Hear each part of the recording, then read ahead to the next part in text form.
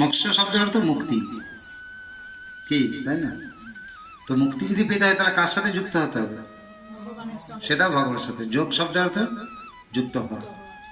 তো সেখানে ভগবান কৃষ্ণ অর্জুনকে বলছেন, বর্ণনা করছেন, একটা প্রসিদ্ধ শ্লোক আছে যে সর্ব ধর্মানো পরিত্যাজ্য মামেকং শরণং ব্রজ অহং তাম সর্ব পাপেভ্যো মোক্ষস্বামী মহাসুচ। কি বললেন? যে সর্ব ধর্মানো পরিত্যাজ্য মামেকং শরণং ব্রজ অহং তাম সর্ব পাপেভ্যো মোক্ষস্বামী মহাসুচ।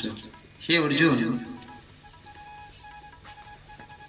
যত প্রকারের ধর্ম আছে, সর্বধর্ম যেগুলো তুমি ধর্ম বলে মনে করছো, সমস্তগুলোকে কি করো? ত্যাগ না, পরিত্যাজ, পরিত্যাগ করে মামেকং আমার শরণে এসো। মামেকং শরণ ব্রজ, তুমি আমার শরণে এসো। যখন এই কথাটি ভগবান কৃষ্ণ কুরুক্ষেত্রের যুদ্ধে অর্জুনকে বলছিলেন, শ্লোকটি একবার বিচার করে দেখলে দেখা যায় যে সেই সময় কি মুসলিম বা মুসলিমদের যে ধর্ম, কি বলে, ইসলামী ধর্ম ছিল, আজকে 5000 বা 5500 বছর আগে ছিল না। খ্রিস্টান ধর্ম ছিল বা বৌদ্ধ ধর্ম ছিল বা হিন্দু বলে কোনো কেউ ছিল কি সেই সময়? নিশ্চয়ই ছিল না। তাহলে ভগবান কৃষ্ণ অর্জুনকে কোন ধর্ম ত্যাগ করার কথা বললেন? কোন ধর্মের কথা বললেন ত্যাগ করতে? শ্রীমদ্ ভগবদ গীতার 18 অধ্যায়, সব অধ্যায়গুলো পেরিয়ে গেছে, সমস্ত জ্ঞান দেওয়া হয়ে গেছে, সমস্ত জ্ঞান কমপ্লিট, সব জ্ঞান অলরেডি ভগবান দিয়ে দিয়েছেন অর্জুনকে। 18 অধ্যায় 66 নম্বর শ্লোক, আর কয়েকটা শ্লোক আছে, তখন এই কথা বলছেন।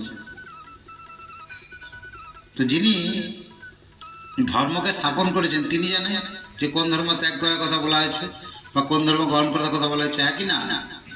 এই জন্য আমরা যদি শ্রীমদ্ ভগবদ গীতা অধ্যয়ন করি তাহলে সেটি পরিষ্কার আমাদের কাছে কী হবে? পরিষ্কার হয়ে যাবে।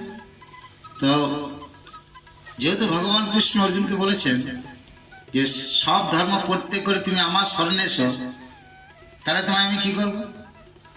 আমরা যদি সব কিছু ছেড়ে ছুড়ে দিয়ে ভগবানের চরণে আত্মসমর্পণ করি, আত্মসমর্পণ মানে আত্মা মানে আত্মাকে, তো আত্মা কি কি জিনিস দিয়ে? সূক্ষ্ম জিনিস দিয়ে তৈরি আত্মা, মন, বুদ্ধি আর অহংকার।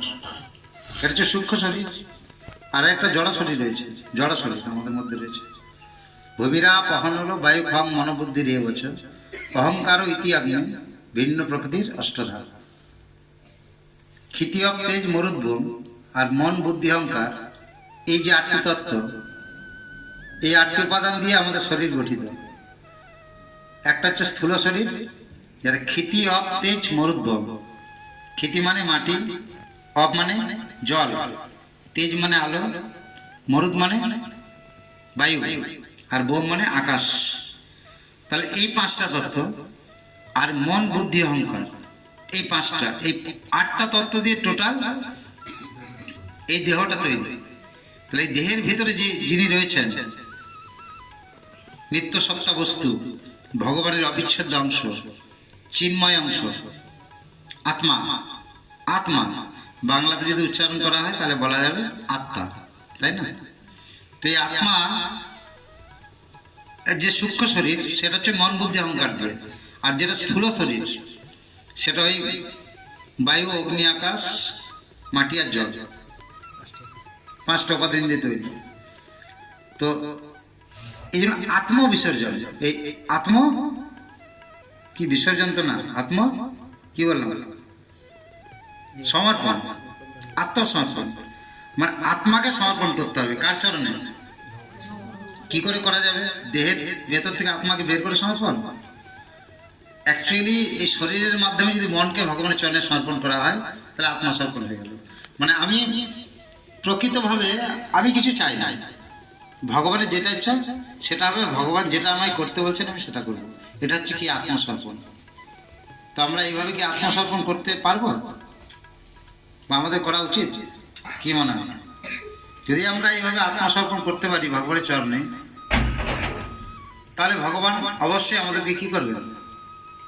রক্ষা করবেন। ভগবান বললেন অহম তম সর্ব পাপে ভো, তখন আমি তোমাকে সর্ব পাপে ভো, পাপে ভো মানে সর্ব পাপে ভো মানে যত রকমের পাপ আছে, সর্ব মানে সব, মৎস্যস্বামী মা সূচ, আমি তোমাকে কি করবো, সব সেই পাপগুলো থেকে মুক্ত করে দেবো। তাহলে কখন মুক্ত করবেন ভগবান সমস্ত পাপ থেকে? যখন আমরা প্রকৃত ভগবানের চরণে আত্মসমর্পণ করব, তাহলে তখনই আমরা পাপ থেকে মুক্ত হতে পারবো। তাহলে কি এখন আমরা মুক্ত হতে পারবো না? হ্যাঁ, এখনো মুক্ত হওয়া যাবে। আরও পদ্ধতি দিয়েছেন আচার্যরা। আমাদের বৈষ্ণব সমাজের যিনি শিরোমণি শ্রী শ্রীমৎ গৌরকিশোর দাসবাজি মহারাজ, ওনার যিনি সন্তান শ্রী শ্রীমৎ ভক্তি সিদ্ধান্ত সরস্বতী ঠাকুর মহাশয়, উনি 1 লক্ষ করার সিদ্ধান্ত করেছিলেন হরিনাম জপ। তো কৃষ্ণগবা শ্রীমূর্তি অভয় চরণবৃন্দ ভক্তিবেন্ত স্বামী শিল প্রভুপাদ, ইস্কন আচার্য, ইস্কন প্রতিষ্ঠাতা, হ্যাঁ, এসি ভক্তিবেন্ত স্বামী শিল প্রভুপাদ, তিনি কি করলেন, আমাদের মতো সংসারী মানুষদের জন্য মালাটা কত মালা করে দিলেন? 16 মালা। হ্যাঁ, তিনি বললেন, হ্যাঁ, চ্যান্টিং বি হ্যাভি 16 রাউন্ড, যদি কেউ 16 মালা জপ করে তাহলে সেই জড়জগতের বন্ধন থেকে কী হবে? মুক্ত হয়ে যাবে। আর এই 16 মালা জপের সাথে সাথে একটু ভগবানকে ভোগ অর্পণ করে একটু প্রসাদ পাওয়া,